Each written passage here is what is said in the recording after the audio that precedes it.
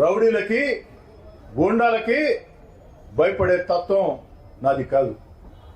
ఇలాంటి బెదిరింపుల్ని జీవితంలో చాలా చూసి ఉన్నా. ఆఖరికి 25 ఏళ్ళు రాజ్యాధికారం నాదే అని వైఎస్ జగన్మోహన్ రెడ్డి గారు, వారి మీడియా, వారి అనుచరులు పదే పదే మాట్లాడుతున్న రోజుల్లో సర్వశక్తివంతుణ్ణి, నన్ను ధిక్కరిస్తే అణిచివేస్తా అని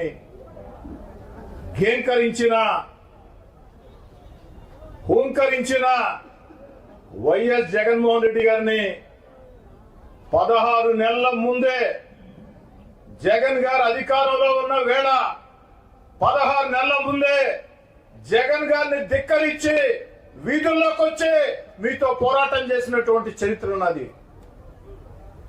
ఆనాడు కూడా చాలా బెదిరింపులు చేశారు. నన్నే కాదు, నా కుటుంబ సభ్యుల్ని బెదిరించారు.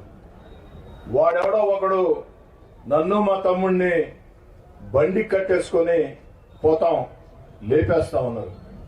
వైఎస్ఆర్ కాంగ్రెస్ పార్టీ సోషల్ మీడియాలో రకరకాల ప్రచారాలు చేశారు.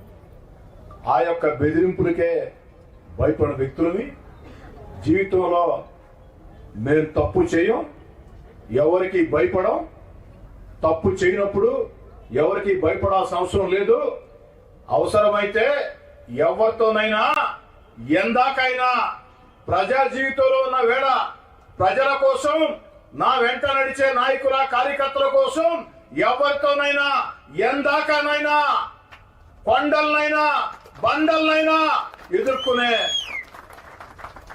తత్వం. దాన్ని వైఎస్ఆర్ కాంగ్రెస్ పార్టీ నేతలు, వైఎస్ఆర్ కాంగ్రెస్ పార్టీ అధినేత వైఎస్ జగన్ గారి దగ్గర నుంచి వైఎస్ఆర్ కాంగ్రెస్ పార్టీ నేతలు, YSR Congress party media, YSR Congress party social media గుర్తుంచుకుంటే మంచిది. సవాల్ విసురుతున్న వైఎస్ఆర్ కాంగ్రెస్ పార్టీ మీడియాకి, సోషల్ మీడియాకి ఎన్ని రాతలు రాస్తారో రాసుకోండి నా మీద, ఎన్ని వీడియోలు పెడతారో పెట్టుకోండి నా మీద. కానీ ప్రజా ఉద్యమాలతో బండబారిన గుండె నాది. పోరాటాల్లో తుపాకులకి కత్తులకి వెన్ను చూపని శక్తి నాకుంది. ఆ మనోధైర్యం దేవుడు నాకు ఇచ్చాడు. నెల్లూరు రూరల్ ప్రజలు నాకు ఇచ్చారు. నా వెంట నడిచే నాయకులు కార్యకర్తలు నాకు ఇచ్చారు.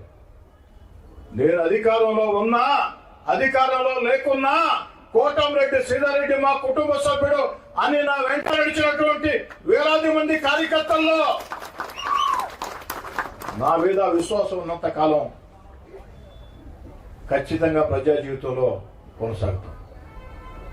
ఈరోజు రాష్ట్రంలో గత వైఎస్ఆర్ కాంగ్రెస్ పార్టీ విధానాలతో ఆర్థికంగా దివాలా తీసిన రాష్ట్రంలో చంద్రబాబు నాయుడు గారు ముఖ్యమంత్రిగా తన సమర్థ పరిపాలనతో సంక్షేమాన్ని కొనసాగిస్తూ, అభివృద్ధి కార్యక్రమాలు వేగవంతం చేస్తూ, ఎన్నికల్లో ఇచ్చిన హామీల్ని ఒక్కొక్కటి నెరవేర్చుకుంటూ వస్తూ, పోలవరం అమరావతిని పరుగులు పెట్టిస్తూ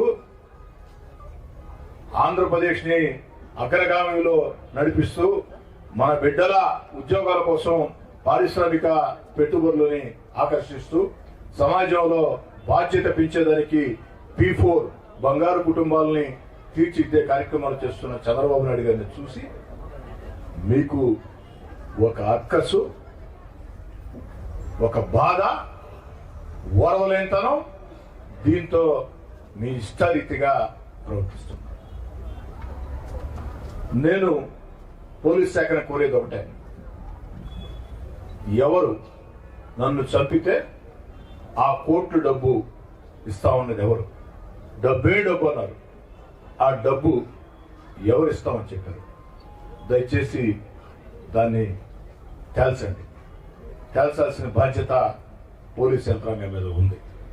అయితే ఇలాంటి బొడ్డ బెదిరింపుల్ని నేను కాదు కదా, నా మనవడు, నా మనవరాలు కూడా లెక్క చేయరు. వైఎస్ఆర్ కాంగ్రెస్ పార్టీ నేతలారా,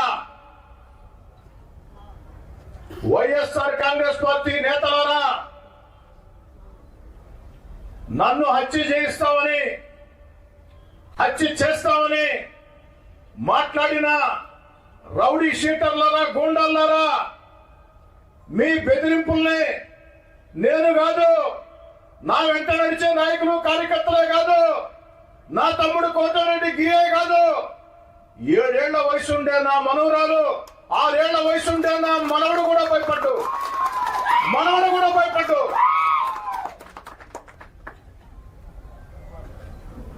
ఎవరు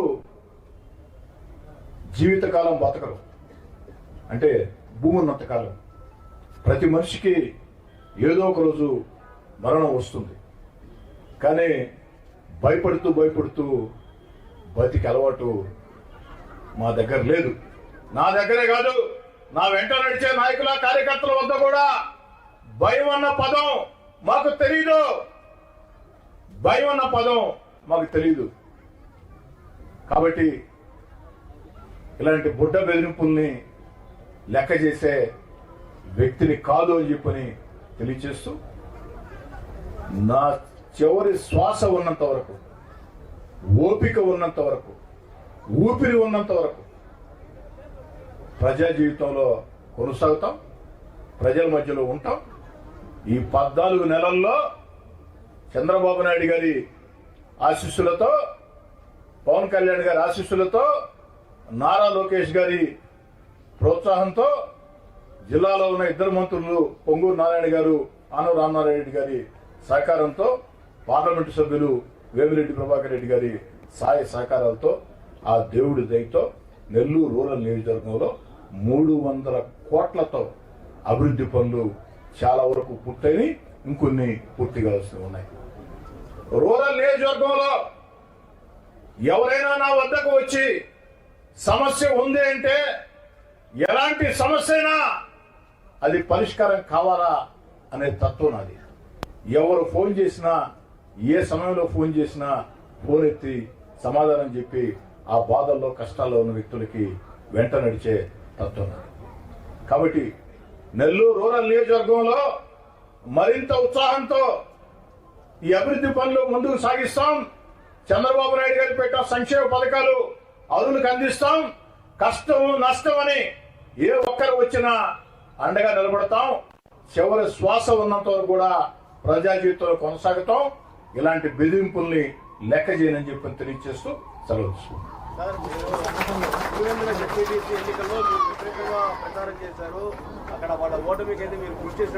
ఒంటిమిట్ట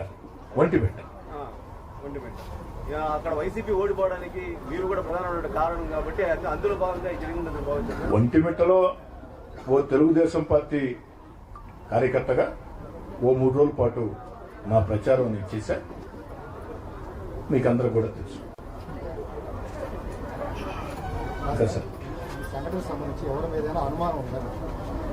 సాధారణంగా బాలకృష్ణ గారు, మీరు ప్రజాశక్తి, వృత్తిపరంగా మీకు పోటీ ఎవరితో ఉంటుందో, మీకు ఏదైనా నష్టం జరిగితే వేళ్ళు ఆ వైపే చూపిస్తాయి. మరి తెలుగుదేశం పార్టీ కూటమి శాసనసభ్యుడిగా నేనున్న వేళ వైఎస్ఆర్ కాంగ్రెస్ పార్టీతో నాకు తీవ్రంగా విభేదాలు ఉన్న వేళ, మరీ ముఖ్యంగా ఇటీవల కాలంలో YSR Congress party social media నా మీద విషయం కక్కుతున్న వేళ, వైఎస్ఆర్ కాంగ్రెస్ పార్టీ పత్రిక, టీవీ నా మీద విషయం చిమ్ముతున్న వేళ అనుమానం ఎవరి మీద వస్తుంది సాధారణంగా. కానీ ఇవన్నీ కూడా పోలీస్ విచారణలో తేలాలి. అయితే నేను ఒక్కటి చెప్పదలుచుకున్నా, వైఎస్ఆర్ కాంగ్రెస్ పార్టీ నేతలారా, మీకు చెప్తున్నా, ప్రజలకు కూడా తెలియాలని చెప్తున్నా, 14 నెలలైంది నేను 3వ ఎమ్మెల్యే ఎన్నికై. ఏ ఒక్కరినైనా నేను ఇబ్బంది పెట్టాను? ఏ ఒక్కరికైనా నేను నష్టం చేశాను? ఏ ఒక్కరిని ఇబ్బంది పెట్టాల? ఏ ఒక్కరికి నష్టం చేయాల?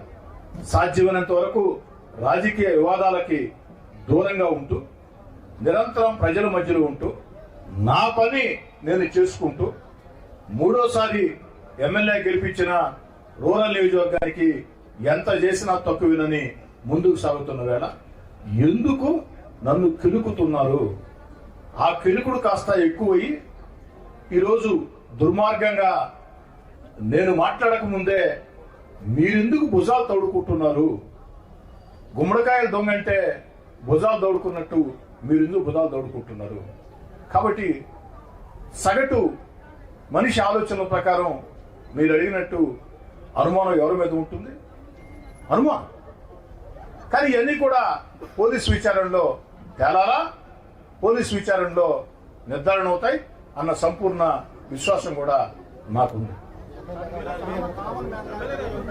గతంలో కూడా గన్మెన్ దూరం పెట్టుకున్నారు. ఇప్పుడు కూడా ఏంటంటే మీరు గన్మెన్ కంటే కూడా మీరు ప్రజాక్షేత్రం ఎక్కువ తిరుగుతూ ఉంటారు.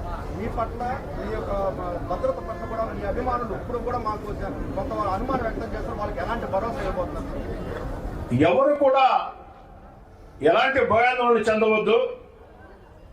వైఎస్ఆర్ కాంగ్రెస్ పార్టీ ప్రభుత్వంలో 4 గన్మెన్లు నాకున్నారు. వైఎస్ఆర్ కాంగ్రెస్ పార్టీకి దూరంగా జరిగిన తర్వాత నన్ను మానసికంగా భయపెట్టేదానికి ఆనాటి ముఖ్యమంత్రి జగన్మోహన్ రెడ్డి గారి ఆదేశాలతో ఆనాటి ప్రభుత్వ సలహాదారు సజ్జల రామకృష్ణారెడ్డి గారి ప్రత్యక్ష ప్రమేయంతో 2 గన్మెన్లని తొలగించారు. వారు 2 గన్మెన్లను తొలగించిన వేళ ఈ 2 గన్మెన్లు కూడా నాకు వద్దయ్యా, గన్మెన్లు లేకుండా నన్ను నేను ఎలా కాపాడుకోవాలో నాకు తెలుసు. 35 ఏళ్లుగా విద్యార్థి జీవితం దగ్గర నుంచి ప్రజా జీవితంలో ఉన్న జీవితంలో ఎంతో మందితో పోరాటాలు చేశా. నా జీవితం పూల పంపు కాదు, నా జీవితం ముళ్ళ దారి. ఆ ముళ్ళ దారిలో నడుచుకుంటూ వచ్చా. ఎంతో మందితో ఎన్నో పోరాటాలు చేశాం. కాబట్టి 2 కూడా మీరు తీసుకోబడి అని చెప్పని ధైర్యంగా పంపించాను. ఒక్క గన్మెన్ కూడా నాకు లేని రోజుల్లో నేను నమ్మిన నా వెంట నడిచిన కార్యకర్తలు వంతులు వేసుకుని బాధ్యతలు తీసుకుని రోజుకు 6 మంది నాకు అండగా నిలిచారు. వంతులు వేసుకుని అండగా నిలిచారు. అన్ని జాగ్రత్తలు కూడా తీసుకున్నాం. కాబట్టి ఖచ్చితంగా అన్ని జాగ్రత్తలు తీసుకుంటా. ఎందుకంటే ప్రాణం అంటే ఎవరికైనా తీపే. తెగించి పోరాటం వేరు, ప్రాణం అంటే ఎవరికైనా తీపే. తెగించి పోరాడతాం. అన్ని జాగ్రత్తలు తీసుకుంటా. ఎవరు ఆందోళన చెందరు.